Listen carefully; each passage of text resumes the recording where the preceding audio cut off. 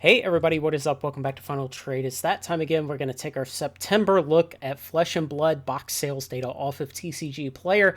I haven't looked at these data yet myself, so you'll be experiencing them for the first time with me. As usual, welcome to Wraith Unlimited, Arcane Rising Unlimited, and Crucible of War Unlimited are up first.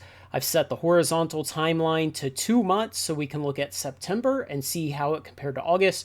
Of course, we had a bonus buck sale on September 13th of this month, and you see that jump here in box sales on the blue line of Welcome to Wraith Unlimited.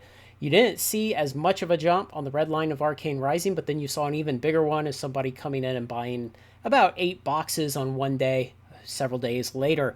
So we'll bring up the month over month table as usual, and this is going to show us August box sales, September box sales, and the month over month percentage difference in them. August average sale price, September average sale price, and the month over month percentage difference, and then multiplying those out to get the revenue numbers.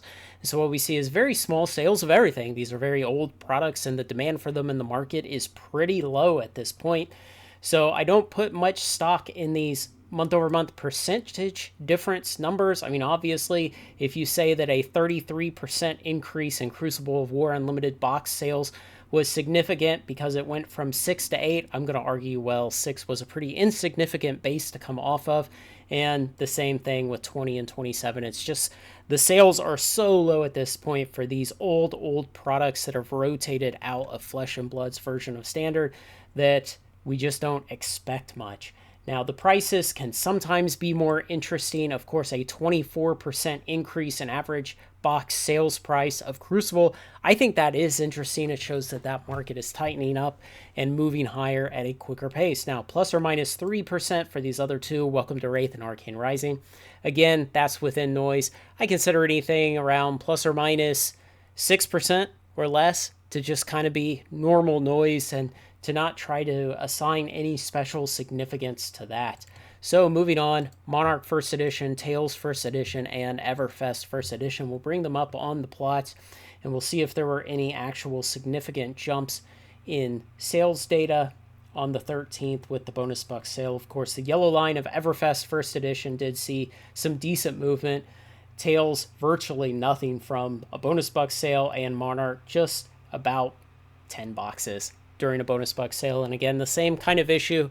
These are old boxes from the 2021-22 era, and at this point, most people have had their fill of them. You're rarely going to see some people coming in to grab some boxes to open for nostalgia, to open for singles, or to put back in their closet themselves.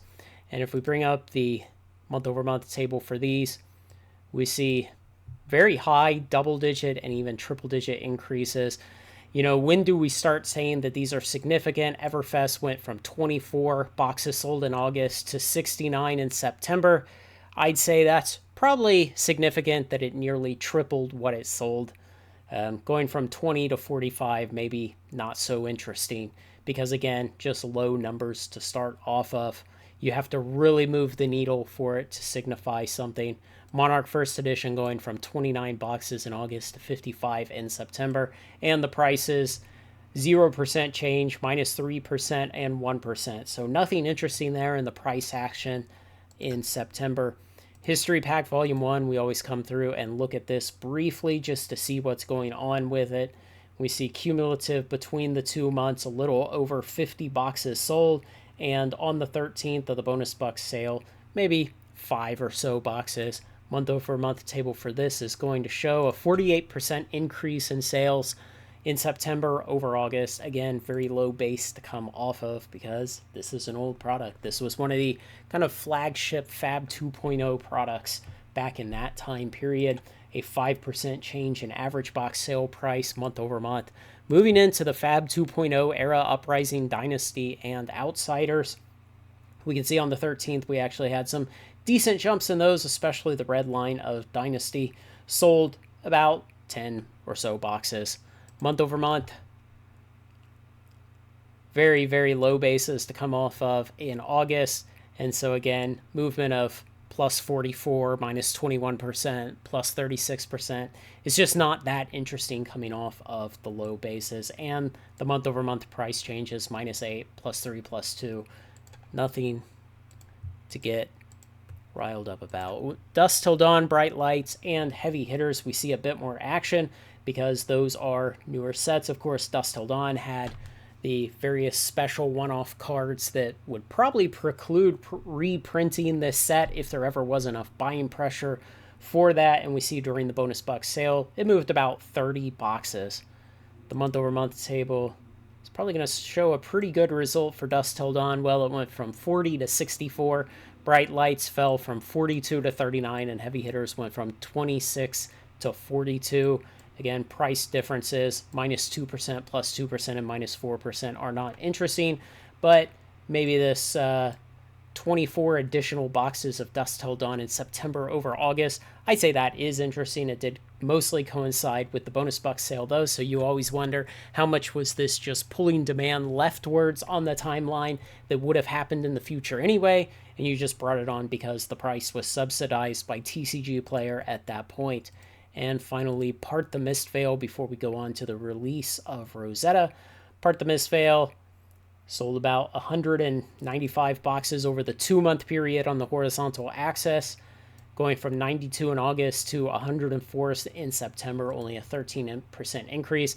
I would say that this is pretty much flat and minus 7% month over month. We see that in the newer releases where they still are subject to the TCG expansion life cycle of falling prices in the months after their initial release. And of course, Legend Story Studios attempts to enforce map pricing on them as well, with a release of that several months after the set releases. So now we're going to put up Rosetta and we're going to change the horizontal axis to days since release.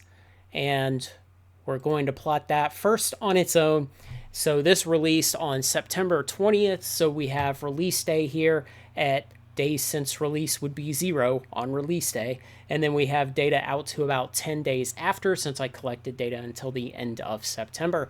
And now we can put up here, let's go ahead and throw up the previous 4 expansions, and we can see how Rosetta compares to them in its own lifetime. And what we find is the blue line of Rosetta, well, it falls below Part the Mist Veil, Heavy Hitters, and Dusk Till Dawn, only beating Bright Lights. Very poor performance. I would not have expected that because with the exception of Bright Lights, recent sets were doing pretty good. And those couple after Bright Lights, Heavy Hitters, and Part the Mist Veil had done well too. They were up here in this clumping. And so to see Rosetta fall down here, not a good sign. It probably will not have enough inertia to jump up much higher. It certainly won't cross any of these other lines out here on the plot. So just very poor performance in its sales on TCG Player.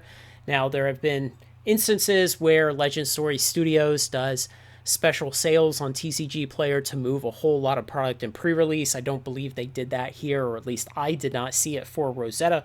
And so it missed out potentially on those sales. But again, we always have to ask ourselves, how much is that just moving the sale to the left on the timeline, moving it from one product to another, moving it from one place you might buy it to another?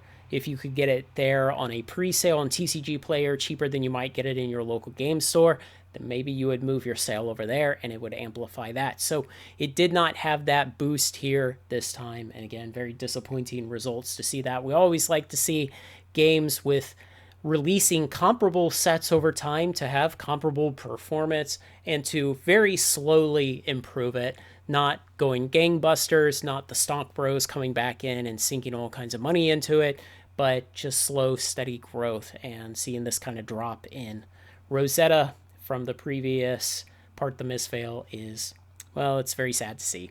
So I do this every month. I've done it every month for, golly, 32, 33 months now. You can go back on my channel and find all those videos showing actual Flesh and Blood box sales data off of TCG Player. Subscribe so you don't miss it in the future, or all the rest of my TCG investing content. Thanks to everyone who makes this content possible, especially my very generous supporters on Patreon. Like, comment, share, and subscribe, and join me on Final Trade.